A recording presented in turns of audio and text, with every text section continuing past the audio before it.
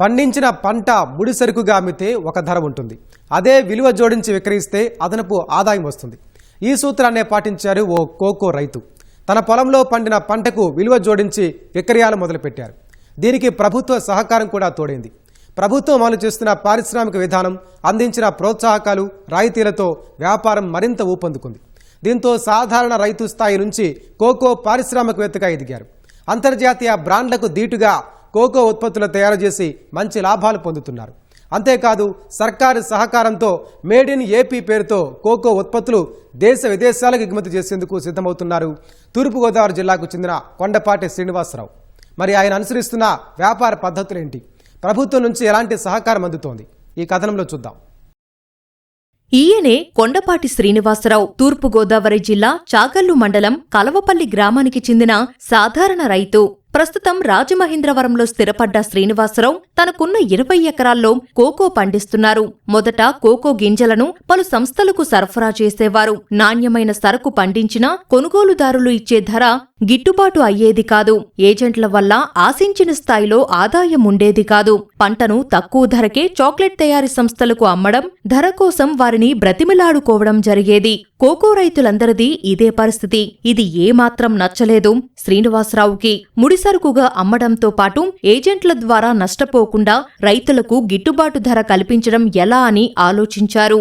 అందులో భాగంగానే సొంతంగా చాక్లెట్ పరిశ్రమను ఏర్పాటు చేస్తే సమస్యకు పరిష్కారం లభిస్తుందని గ్రహించారు.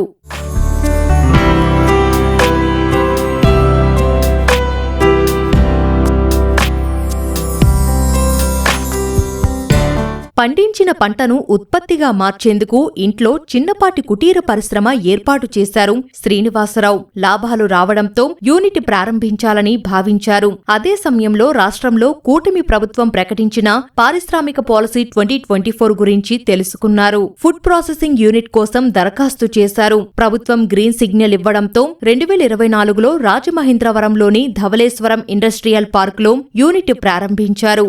రైతులను పారిశ్రామికవేత్తలుగా తీర్చిదిద్దాలనేటువంటి సంకల్పంతో రాష్ట్ర ప్రభుత్వం ఇండస్ట్రియల్ పాలసీ ప్రత్యేకంగా 2024లో తీసుకువచ్చింది. ఈ ఇండస్ట్రీ పాలసీలో పలు ప్రోత్సాహకాలను కూడా ప్రకటించడం జరిగింది.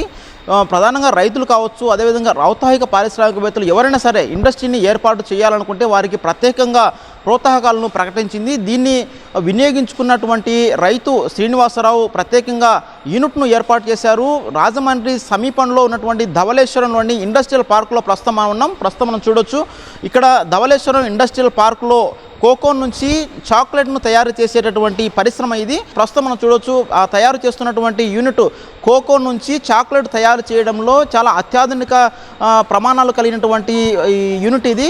వీటన్నిటి కూడా చాలా నాణ్యంగా చాక్లెట్ అనేది ఇక్కడ ఉత్పత్తి అవుతుంది. ఈ యూనిట్ల కోసం మొత్తం 2 కోట్ల రూపాయలతో దీన్ని కొనుగోలు చేయడం జరిగింది. రైతుల నుంచి సేంద్రియ విధానంలో పూర్తిగా ఎలాంటి కెమికల్ లేకుండా పండించినటువంటి కోకో బీన్స్ మాత్రమే కొనుగోలు చేస్తారు. వీటన్ని కూడా ప్రత్యేకంగా ప్రాసెసింగ్ చేసి ఇక్కడ ఉన్నటువంటి అత్యాధునికమైనటువంటి ఈ పరికరాల ద్వారా, అలా యంత్ర సామాగ్రి ద్వారా ఈ కోకో నుంచి చాక్లెట్ను తయారు చేస్తూ ఉన్నారు.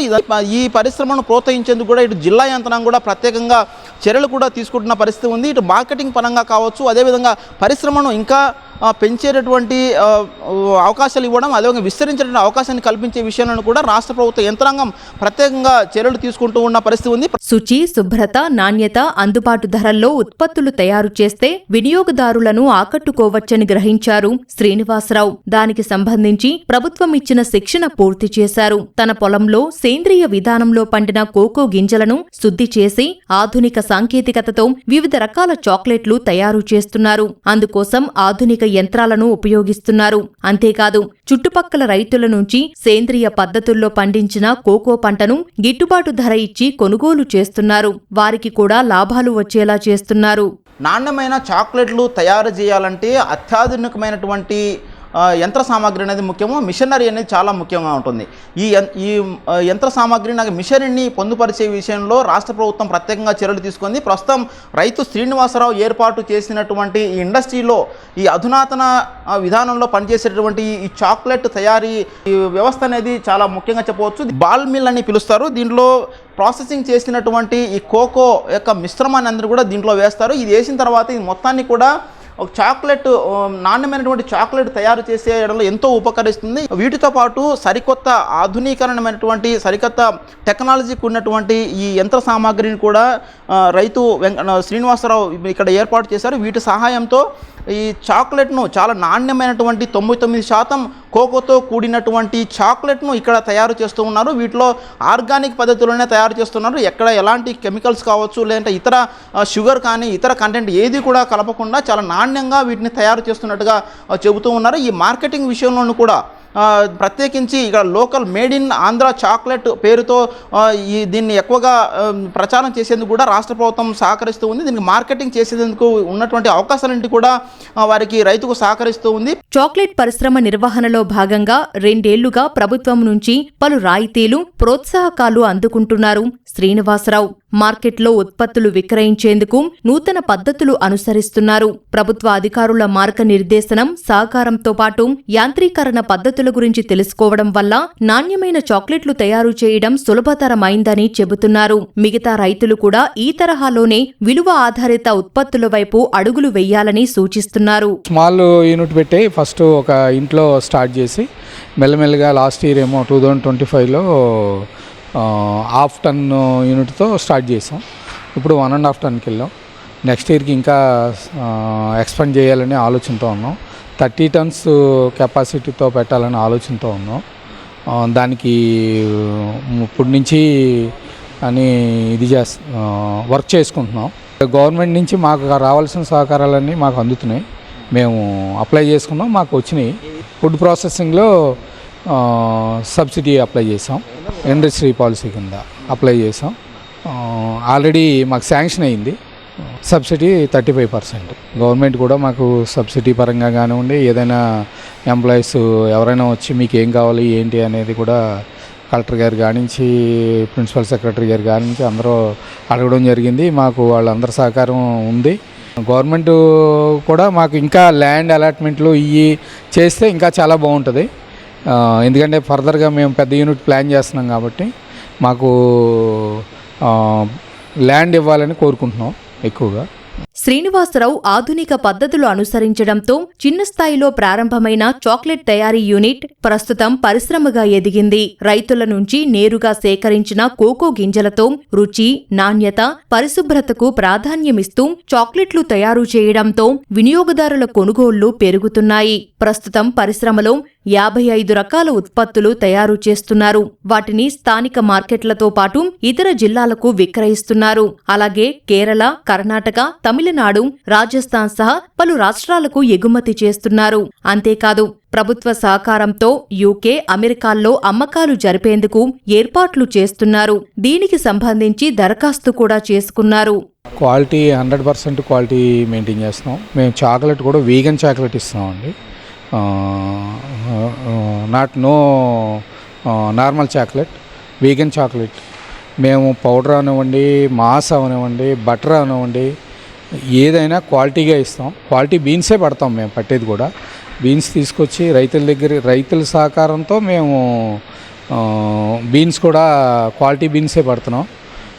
దాని నుంచి స్టెప్ బై స్టెప్ ఇవన్నీ చేసుకుంటూ వచ్చి మేము ఎస్టాబ్లిష్డ్ అయ్యాం. దీని నుంచి హైదరాబాద్ ఆఫీస్ ఉంది మాకు, ఇక్కడ స్టోర్స్ ఉన్నాయి. ఇవన్నీ స్టెప్ బై స్టెప్ ఎస్టాబ్లిష్డ్ చేసుకుంటూ వచ్చాం. స్టార్టింగ్ నుంచి ఎండింగ్ వరకు చాక్లెట్ చేసే యూనిట్ ఆంధ్రప్రదేశ్లో నేను స్థాపించినందుకు నాకు చాలా ప్రౌడ్గా ఫీల్ అవుతున్నాను నేను. నెక్స్ట్ దీని నుంచి పెద్దగా వెళ్ళడానికి కూడా ఆలోచన చేయడానికి కూడా కారణం అదే.